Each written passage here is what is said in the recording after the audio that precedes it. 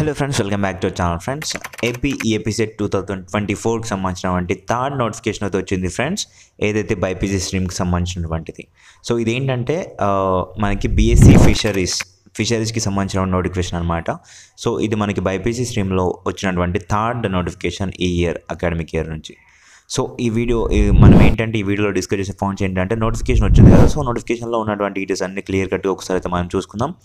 ఆ తర్వాత నెక్స్ట్ వచ్చేసి సో ఇంపార్టెంట్ డేట్స్ ఏంటి, ఆ తర్వాత ఫీ స్ట్రక్చర్ ఎలా ఉంటుంది, హాస్టల్కి ఫీ ఎంత ఉంటుంది, ఎన్ని ఇయర్స్ ఉంటుంది, ఎన్ని సెమిస్టర్స్ ఉంటాయి. సో ఇవన్నీ అయితే ఒక్కొక్కటి 1 by 1 అయితే చెక్ చేసుకుందాం ఫ్రెండ్స్. సో అంతకంటే ముందు ఇంకా ఎవరైతే మన ఛానల్కి సబ్స్క్రైబ్ చేసుకోలేదో వెంటనే సబ్స్క్రైబ్ చేసుకుని పక్కన బెల్ ఐకాన్ ఆల్ ఆప్షన్లో పెట్టుకోండి. అండ్ మీ ఫ్రెండ్స్కి అయితే వీలైతే షేర్ అయితే చేయండి. అండ్ ప్లీజ్ లైక్ అయితే చేయడానికి అయితే మీరైతే కొంచెం అయితే ట్రై చేయండి.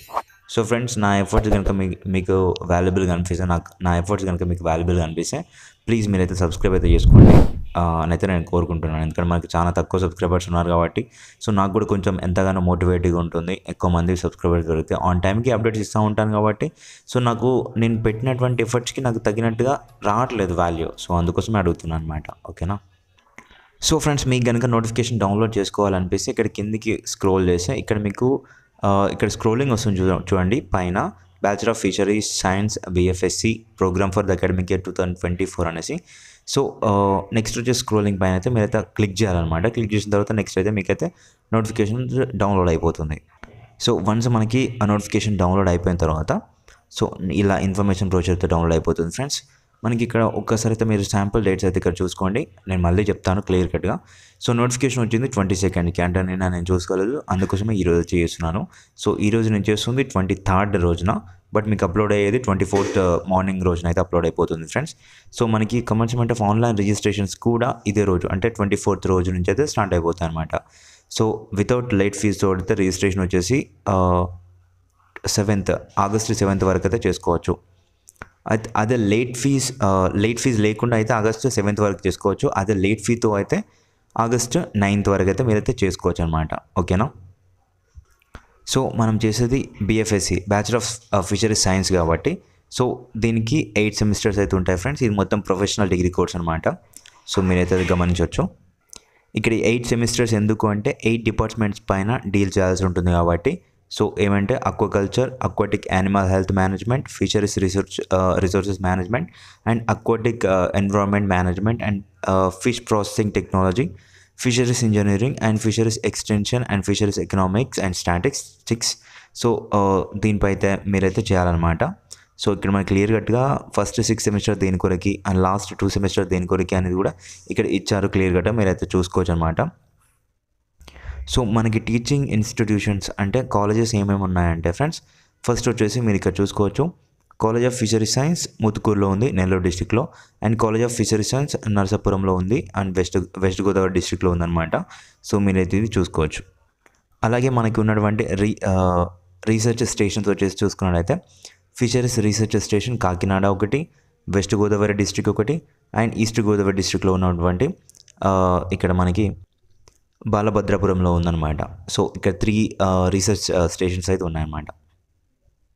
సో ఇక్కడ అడ్మిషన్ గురించి అయితే ఇచ్చారు, మీరు చూసుకోవచ్చు.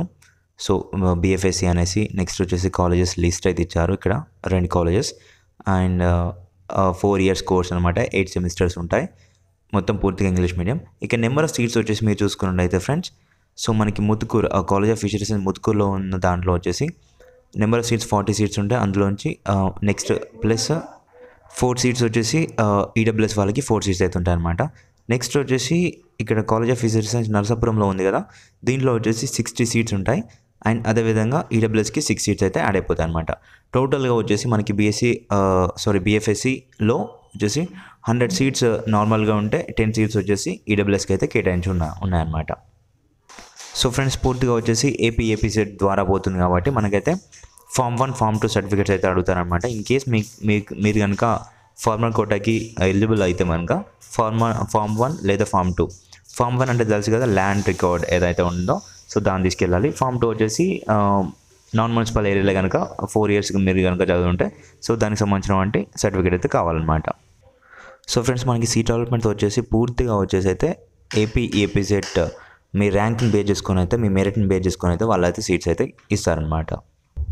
హాస్టల్ ఫెసిలిటీస్ కనుక చూసుకున్నట్టయితే ఇక్కడ మనకి పెద్దగా ఇచ్చారు చూడండి.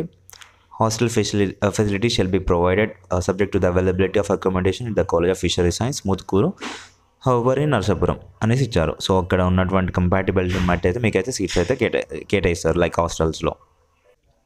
సో మీరు కనుక ఫీజ్ డీటెయిల్స్ కనుక ఫీజ్ స్ట్రక్చర్ చూసుకున్నట్టయితే ఇక్కడ మనకైతే సో ఇక్కడ 1000 rupees for general category and BC క్యాండిడేట్స్కి and 500 rupees for SC ST and PH candidates ఎవరైతే ఫిజికల్లీ హ్యాండిక్యాప్డ్ స్టూడెంట్స్ ఉన్నారో సో వీళ్ళందరికీ అనమాట. ఇది వితౌట్ లేట్ ఫీ.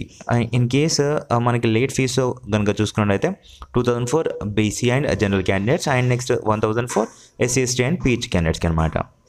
అండ్ ఇక్కడ ఒక ఇంపార్టెంట్ నోట్ అయితే చూడండి friends, the candidate who are granted admission shall pay the prescribed fees at the time of joining the college and hostel. So మీకు కనుక సీట్ అనేది వచ్చిందనుకోండి, అడ్మిషన్ అనేది వచ్చిందనుకోండి, వెంటనే మీరైతే ఫీ అమౌంట్ అయితే పే చేయాలన్నమాట. సో ఫ్రెండ్స్ ఇప్పుడు కనుక మీరు ఫీ స్ట్రక్చర్ చూసుకున్నట్టయితే మొత్తంగా వచ్చేసి చెప్తాను ఒకసారి. సో మీరు ఇక్కడ యూనివర్సిటీ ఫండ్ ఫీ చూసుకున్నట్టయితే అంటే registration fee, tuition fee, library fee, laboratory fee, medical fee, examination fee అన్ని ఫీజెస్ కనుక కలుపుకొని చూసుకున్నట్టయితే 10,643 అనమాట. So next hostel room rent వచ్చేసి పర్ సెమిస్టర్కి హాస్టల్ రూమ్ రెంట్ వచ్చేసి చూసుకున్నట్టయితే 1474 రూపీస్. అండ్ సబ్ టోటల్ వచ్చేసి చూసుకున్నట్టయితే ఫ్రెండ్స్ మనకి 12,117 రూపీస్ అనమాట. అండ్ యూనివర్సిటీ ఫండ్ ఫీ వచ్చేసి 8,000. టోటల్గా వచ్చేసి మీరు కనుక టోటల్ అమౌంట్ చూసుకున్నట్టయితే మనకి వచ్చేసి 20,422 రూపీస్ అనమాట. సో నెక్స్ట్ మిగతా details mess, hostel and fees towards hostel facility అవన్నీ ఉంటుంది, కాస్ట్ డిపాజిట్ అవన్నీ చూసుకున్నట్టయితే టోటల్ వచ్చేసి 15,000. సో టోటల్గా మొత్తం యాడ్ చేసుకుంటే మనకి 35,844 రూపీస్ అయితే అవుతుందన్నమాట. సో మీరు ఇప్పుడు చూస్తున్న అమౌంట్ ఏదైతే ఉందో 35,844 రూపీస్. సో ఇది వచ్చేసి మీకు వెంటనే సీట్ వచ్చిన వెంటనే అయితే మీరైతే పే చేయాలన్నమాట. ఇన్ కేస్ సీట్ కనుక క్యాన్సిల్ చేసుకుంటే ఇక్కడ కనిపిస్తున్నటువంటి అమౌంట్ ఏదైతే రిఫండబుల్ ఉందో అది మాత్రమే వస్తుంది, మిగతా అమౌంట్ మాత్రం రాదన్నమాట. So in case on or before మీరు కనుక కౌన్సిలింగ్ టైం జరుగుతున్న టైంలోనే క్యాన్సిల్ చేసుకోవాలనుకుంటే వస్తుంది, లేదంటే ఈ అమౌంట్ రిఫండబుల్ అమౌంట్ తప్పించి మిగతాది ఏది రాదు. సో ఈ అమౌంట్ అయితే రెడీ చేసుకోండి ఇన్ కేస్ ఎవరైతే ఈ క్యాండిడేట్స్ ఇందులో సీట్స్ కావాలనుకుంటున్నారో వాళ్ళందరూ. సో వన్స్ మనకి సీట్ వచ్చిన వెంటనే మీరైతే ఆ అమౌంట్ అయితే పే చేయాలన్నమాట.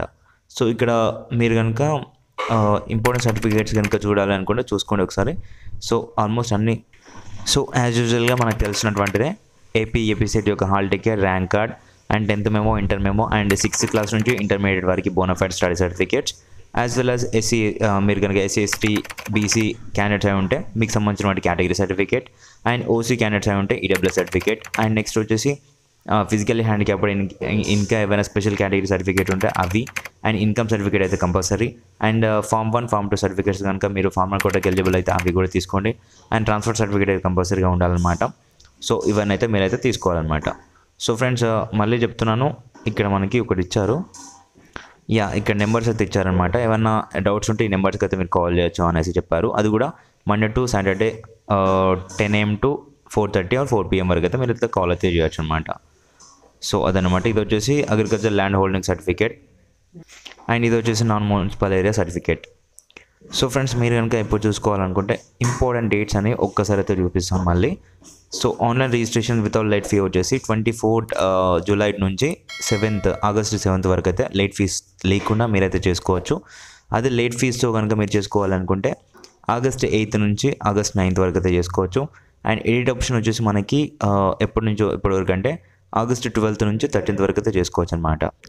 సో ఫ్రెండ్స్ టెంటేటివ్ డేట్ వచ్చేసి వెబ్ ఆప్షన్స్ ఎప్పటి నుంచి ఇవ్వచ్చు అంటే మనకి August 23rd నుంచి అయితే వెబ్ ఆప్షన్స్ అయితే ఇవ్వచ్చు అనమాట. Special category and certificates verification వచ్చేసి మనకి ఇది తర్వాత అనౌన్స్ చేస్తారు, నేను అప్డేట్ చేస్తాను మళ్ళీ. స్పెషల్ కేటగిరీ సర్టిఫికేట్ వెరిఫికేషన్ కనుక జరిగితే ఇక్కడ డేట్ ప్లేస్ అయితే ఇచ్చారు, అడ్రస్ ఎక్కడ చేస్తారు అనేసి, బట్ ఎప్పుడు చేస్తారు అనేది ఇవ్వలేదన్నమాట.